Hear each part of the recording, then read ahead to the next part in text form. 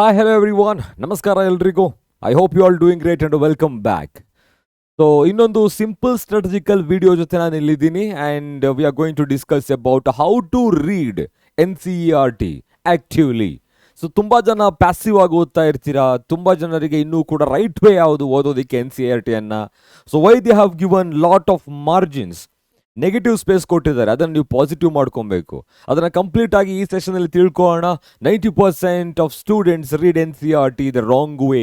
ಯಾಕೆ ಆ ಥರ ಓದ್ತಾ ಇದ್ದಾರೆ, ಹೇಗೆ ಓದಬೇಕು, ಕಂಪ್ಲೀಟಾಗಿ 1 ಇಯರನ್ನು ಹೇಗೆ ಯುಟಿಲೈಸ್ ಮಾಡ್ಕೊಬೇಕು, NCERTಯನ್ನು ನೀವು ಮಾಸ್ಟರ್ ಆಗಬೇಕು ಅಂತ ಹೇಳಿದ್ರೆ ನೋಡೋಣ.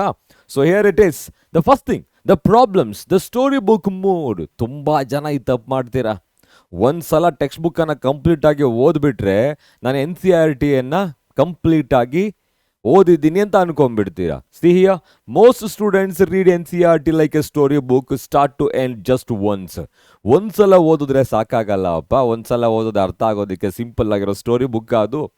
ಒಂದ್ಸಲ ಓದಿದಾಗ ನಿಮಗೆ ಇಮಿಡಿಯೇಟ್ ಆಗಿ ನೆನಪಿರುತ್ತೆ. ಬಟ್ ಯಾವಾಗ ಆಫ್ಟರ್ 4 days, ಆಫ್ಟರ್ 5 days ಕಂಪ್ಲೀಟಾಗಿ ಮರ್ತು ಹೋಗ್ಬಿಡುತ್ತೆ. ಸೊ ಹಾಗಾಗಿ ಸ್ಟೋರಿ ಬುಕ್ ಥರ ಓದೋದನ್ನ ಬಿಟ್ಬಿಡಿ ಅದು. Okay, next, they highlight important lines without understanding why they are important. ಸುಮ್ಮನೆ ಹೈಲೈಟ್ ಮಾಡೋದು, ಇಲ್ಲಿ ಸುಮ್ಮನೆ ಹೈಲೈಟ್ ಮಾಡಿಲ್ಲ ಆ್ಯಕ್ಚುಲ್ ಆಗಿ. ಸೊ ಪರ್ಟಿಕ್ಯುಲರ್ ಆಗಿ ನೀವು ಪ್ರೀವಿಯಸ್ ಇಯರ್ ಕ್ವಶನ್ ಪೇಪರ್ಗಳನ್ನು ಆಫ್ಟರ್ ಎವ್ರಿ ಚಾಪ್ಟರ್ ಆದಮೇಲೆ PYQsಗಳನ್ನ ನೋಡಿ. ಯಾವ ಕ್ವಶನ್ ಬಂದಿತ್ತು ಅದನ್ನು, ಅಥವಾ ಯಾವ ಕಾನ್ಸೆಪ್ಟ್ ಇಂಪಾರ್ಟೆಂಟ್ ಆಗಿರುತ್ತೆ, ಎಕ್ಸೆಪ್ಷನ್ಸ್ಗಳೇನಿರುತ್ತೆ ಅದನ್ನು ಮಾತ್ರ ಅಂಡರ್ಲೈನ್ ಮಾಡಿ. Use 3 to 4 highlights. ಒಂದು 3-4 ಹೈಲೈಟ್ ಕಲರ್ಗಳನ್ನ ಯೂಸ್ ಮಾಡಿ. ಡೆಫಿನೇಷನ್ಸ್ಗಳಿಗೆ ಒಂದು ಯೂಸ್ ಮಾಡಿ, ಎಕ್ಸೆಪ್ಷನ್ಸ್ಗಳಿಗೆ ಒಂದು ಯೂಸ್ ಮಾಡಿ. ಸ್ಟೇಟ್ಸ್ಗಳಂತ ಏನಿರುತ್ತೆ ಅಥವಾ ಪಾಯಿಂಟರ್ಸ್ಗಳು, ಕೀ ಟರ್ಮಿನಾಲಜೀಸ್ಗಳಿಗೆ ಇನ್ನೊಂದು ಹೈಲೈಟರ್ನ ಯೂಸ್ ಮಾಡಿ. ಸೊ ಈ ಥರ ಯೂಸ್ ಮಾಡಬೇಕು. ಅರ್ಥ ಆಗದೆ ಅಥವಾ ಇಂಪಾರ್ಟೆಂಟ್ ಅಂತ ಗೊತ್ತಿಲ್ಲದೆ ಸುಮ್ಮನೆ ಅಂಡರ್ಲೈನ್ ಮಾಡೋದು ಅಥವಾ ಹೈಲೈಟ್ ಮಾಡೋದು ಮಾಡೋಕ್ಕೆ ಹೋಗಬೇಡಿ. They skip diagram. Most of the students skip diagrams, tables and foot notes thinking. ಇದು ಪರೀಕ್ಷೆಯಲ್ಲಿ ಬರೋದಿಲ್ಲ. ಏನಂತ ಅಂದ್ಕೊಳ್ತೀರಾ, ನೀವೇ ಡಿಸೈಡ್ ಮಾಡ್ಕೊಂಡ್ಬಿಡ್ತೀರಾ. ಆಯಿತಾ, ನೀವೇ ಕ್ವಶನ್ ಪೇಪರ್ ಫ್ರೇಮರ್ ಆಗಿಬಿಡ್ತೀರಾ ಆ ಟೈಮಲ್ಲಿ. ಆ ಥರ ಮಾಡೋಕ್ಕೆ ಹೋಗ್ಬೇಡಿ ಮಕ್ಕಳೇ. ಪರೀಕ್ಷೆಯಲ್ಲಿ ಬರೋದು ಯಾವುದು ಏನು ಅಂತ ಗೊತ್ತಾಗಬೇಕು ಅಂದರೆ ನಿಮಗೆ PYQsಗಳನ್ನು ಚೆಕ್ ಮಾಡಬೇಕು. ಲಾಸ್ಟ್ ಇಯರ್ದು ಒಂದು 5 ವರ್ಷದ ಮಿನಿಮಮ್ ಅಂತ ಹೇಳಿದ್ರೆ. ಸೊ ಅಲ್ಲಿಗೆ ಅರ್ಥ ಮಾಡ್ಕೊಳ್ಳಿ ಸರ್ಗಳು ಹೇಳಬೇಕಾದ್ರೆ, ಅಥವಾ ನಿಮಗೆ ಅನಿಸುತ್ತೆ ಇಂಪಾರ್ಟೆಂಟಾ ಇಲ್ವಾ ಅಂತ ಹೇಳ್ಬಿಟ್ಟು. ಸೊ ಬಟ್ ಬ್ಲೈಂಡ್ ಆಗಿ ಇದು ಬರೋಲ್ಲ ಅಂತ ಅನ್ಕೊಳ್ಳೋಕೆ ಹೋಗಬೇಡಿ. ರಿಸಲ್ಟ್ ಏನಾಗುತ್ತೆ ಗೊತ್ತಾ, they finish the book but can not answer direct twisted NCERT based question. ಕಂಪ್ಲೀಟಾಗಿ ಓದ್ಬಿಟ್ಟಿರ್ತೀರಾ. ಓದಾದ್ಮೇಲೆ ವಾಟ್ ಈಸ್ ಮೆಟಾಜೆನಿಸ್ ಅಂತ ಕೇಳಿದ್ರೆ ಇಲ್ಲ, ವಾಟ್ ಈಸ್ ಮೆಟಾಸ್ಟಾಸಿಸ್ ಅಂತ ಕೇಳಿದ್ರೆ ಇಲ್ಲ, ಡಿಫೈನ್ ಅಡಾಪ್ಟಿವ್ ರೇಡಿಯೇಷನ್ ಅಂತ ಕೇಳಿದ್ರೆ ಗೊತ್ತಿಲ್ಲ. ಸೊ ಅಲ್ಲಿಗೆ ನಿಮಗೆ ಡೆಫಿನೇಷನ್ ಬರಬೇಕು, ಟರ್ಮಿನಾಲಜೀಸ್ಗಳು ಗೊತ್ತಾಗಬೇಕು ಅಂತ ಹೇಳಿದ್ರೆ ವೈಲ್ ರೀಡಿಂಗ್ ಓದಬೇಕಾದ್ರೆ ಬರೀರಿ. And if you want to write that in your own language, ನಿಮಗೆ ಇಷ್ಟವಾದ ಭಾಷೆಯಲ್ಲಿ ಬರ್ಕೊಬೇಕು ಅಂತ ಹೇಳಿದ್ರೆ NCERTಯಲ್ಲಿ ಕಂಪ್ಲೀಟಾಗಿ ತುಂಬಾ ಸ್ಪೇಸ್ ಕೊಟ್ಟಿದ್ದಾರೆ. ಆ ನೆಗೆಟಿವ್ ಸ್ಪೇಸ್ ಅಲ್ಲ. ಅವರೇನಾದರೂ ಕೂಡ ಆ ಸ್ಪೇಸನ್ನು ಯುಟಿಲೈಸ್ ಮಾಡ್ಕೊಂಡಿದ್ರೆ, so they would have save nearly about 25% of the pages of the NCERT. 25% ಉಳಿಸ್ಬೋದು, ಅಷ್ಟು ಸ್ಪೇಸ್ ಇದೆ. ಅಲ್ಲಿ ಕೊಟ್ಟಿರೋದೇ ಆ ಸ್ಪೇಸನ್ನು ನಿಮ್ಗೆ ಏನಾದರೂ ಬರ್ಕೊಳ್ಳಿ ಅಂತ ಹೇಳಿ. ಆಯಿತಾ, ಬರೀರಿ ಏನಾದರೂ ನಿಮ್ಗೆ ಇಷ್ಟವಾಗಿರೋದು, ಕವಿತೆಗಳನ್ನೆಲ್ಲ related to topic. So something you need to write. Okay, so next ನೋಡಿ, ಮಿಸ್ಟೇಕ್ ಏನು ಮಾಡ್ತೀರಾ. Mistake 1, reading is not equal to revising. ಓದಿದ ತಕ್ಷಣ ರಿವಿಷನ್ ಆಗೋದಿಲ್ಲ. ಅದು ಏನು ಮಾಡಬೇಕು, ದ ಇಲ್ಯೂಷನ್ ಏನು ಗೊತ್ತಾ. So one reading means you merely recognise the line. ಒಂದ್ಸಲ ಓದಿದ್ರೆ ಲೈನನ್ನು ರೆಕಗ್ನೈಸ್ ಮಾಡ್ತೀರಾ. You don't actually recall it. ಅದನ್ನೇನು 1-2-3 ದಿನ ಬಿಟ್ಟು ಕೇಳಿದ್ರೆ ರಿಕಾಲ್ ಮಾಡೋದಕ್ಕಾಗಲ್ಲ. NEET requires instant recall under extreme time pressure, not just vague familiarity. ಕಂಪ್ಲೀಟಾಗಿ ಪದೇ ಪದೇ ಓದಬೇಕು. ಯು ನೋ ಅಬೌಟ್ 147 ರೂಲ್ಸ್, 137, 147 ಅಂತೆಲ್ಲ ಕರೀತಾರೆ, ಕೇಳಿರ್ತೀರ ನೀವು. ಅದು ಆ್ಯಕ್ಚುಲಿ ಸೈಕಾಲಜಿಕಲಿ ಟ್ರೂ. ಅದು ಏನು 147 ಅಂತ ಹೇಳಿದ್ರೆ, ಇವತ್ತು ನಾನು ಒಂದು ಲೈನನ್ನು, ಒಂದು ಕಾನ್ಸೆಪ್ಟನ್ನು ಓದಿರ್ತೀನಿ ಅಂತ ಹೇಳಿದ್ರೆ, you need to read the same concept after 4 days. 4 ದಿನ ಬಿಟ್ಟು ಮತ್ತೆ ಓದಬೇಕು ಅದನ್ನು. ಓಕೆ, ಬೈ ರೈಟಿಂಗ್ ಬರೆದು ಓದಬೇಕು. And again you need to read the same concept after 7 days. 7 ದಿನ ಬಿಟ್ಟು ಮತ್ತೆ ಓದಬೇಕಾಗತ್ತೆ. ಯಾಕೆ ಆ ಥರ ಮಾಡಬೇಕು, because your brain need more impression on that particular topic, on that particular subject. So ಅದಕ್ಕೆ ಫಾಲೋ ಮಾಡಬೇಕು. 147 ಅಂದರೆ ಒಂದು 3 ಸಲ ಒಂದೇ ಕಾನ್ಸೆಪ್ಟನ್ನು ಓದಬೇಕು. ಒಂದೇ ಸಲ ಅಲ್ಲ, so by leaving little gap just like a 1 4 7 ಈ ಥರ. ಓಕೆ, ನೆಕ್ಸ್ಟು ದ ಫಿಕ್ಸ್ ಏನು ಗೊತ್ತಾ, ಏನು ಮಾಡಬೇಕು, read in strategic cycle the first reading for understanding. ಒಂದ್ಸಲ ಓದ್ತೀರಾ, ಆವಾಗ ನಿಮಗೆ ಕೆಲವು ಲೈನ್ಗಳು ಮಿಸ್ ಆದರೆ ತಲೆ ಕೆಡಿಸ್ಕೊಂಬೇಡಿ, ಅರ್ಥ ಮಾಡ್ಕೊಳ್ಳೋದಕ್ಕೆ ಓದಿ. ಓಕೆ, ಫಸ್ಟು ಅರ್ಥ ಮಾಡ್ಕೊಳ್ಳೋದಕ್ಕೆ ಗ್ಲ್ಯಾನ್ಸ್ ವ್ಯೂ ಅಂತ ಕರೀತಿಲ್ಲ, ಬರ್ಡ್ ವ್ಯೂ ಥರ. Second one line by line clarity ತಗೋಬೇಕು ಇವಾಗ. So while the lecture is going on, after the lecture you are just going through the text book to understand the concept what's are told, ಅಷ್ಟೇನೆ. Next ಏನು ಮಾಡಬೇಕು ಇವಾಗ, ಅದಾದಮೇಲೆ ನೀವು after the completion of chapter complete ಆಗಿ ಆ ಚಾಪ್ಟರ್ನ line by line ಓದಲಿಕ್ಕೆ ಶುರು ಮಾಡಿ, ಆಯಿತಾ. ಸೆಕೆಂಡ್ ಸ್ಟೆಪ್ ಅದು. ಸೊ ರೀಡಿಂಗ್ ರಿಕಾಲ್ ಪ್ರಾಕ್ಟೀಸ್, ಇವಾಗ ಓದಿ ರಿಕಾಲ್ ಮಾಡ್ಕೊಳ್ಳಿಕ್ಕೆ ಟ್ರೈ ಮಾಡಿ, ಆ ವರ್ಡ್ಸ್ಗಳನ್ನು ಬರೀರಿ. Try to write those words what I have read from this chapter. Miss ಆದರೆ ಒಂದ್ಸಲ ಟೆಕ್ಸ್ಟ್ ಬುಕ್ ತೆಗೆದು ನೋಡಿ, ಗ್ರೇ ಏರಿಯಾ ಬರೀರಿ ಮತ್ತೆ ಅದನ್ನು. ಸೊ ಕಂಪ್ಲೀಟಾಗಿ ನೀವು ಮಿನಿಮಮ್ 3 times ರಿವೈಸ್ ಮಾಡಿರಬೇಕು, ಮಿನಿಮಮ್ 3 times NCERT ರಿವೈಸ್ ಮಾಡಿರಬೇಕು before attending the NEET exam. Okay, so ಅದನ್ನು ಯಾವ ಥರ ಫಿಕ್ಸ್ ಮಾಡಬೇಕು ಅಂತ ಹೇಳಿದೆ. ಮಿಸ್ಟೇಕ್ 2 ಏನು ಗೊತ್ತಾ, skipping visuals, that means diagrams, tables, schematic representations, flow charts, ಇದನ್ನೆಲ್ಲ ಮಿಸ್ ಮಾಡ್ತಿರ್ತೀರ ಕೆಲವರು. ಅದು ಇಂಪಾರ್ಟೆಂಟೇ ಅಲ್ಲ, ಕೆಲವರಿಗೆ ನೋಡಿರೋದೇ ಎಲ್ಲ ಡಯಾಗ್ರಾಮ್ಸ್ಗಳನ್ನು.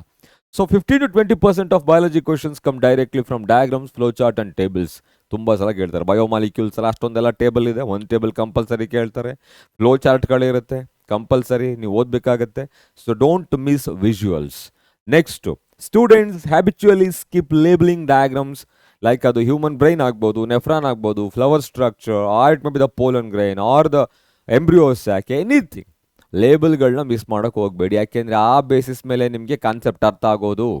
ಜಸ್ಟ್ ಡಯಾಗ್ರಾಮ್ನೇ ಕೇಳಬೇಕು ಅಂತೇನಿಲ್ಲ ಎಕ್ಸಾಮಲ್ಲಿ. They may ask diagram based question.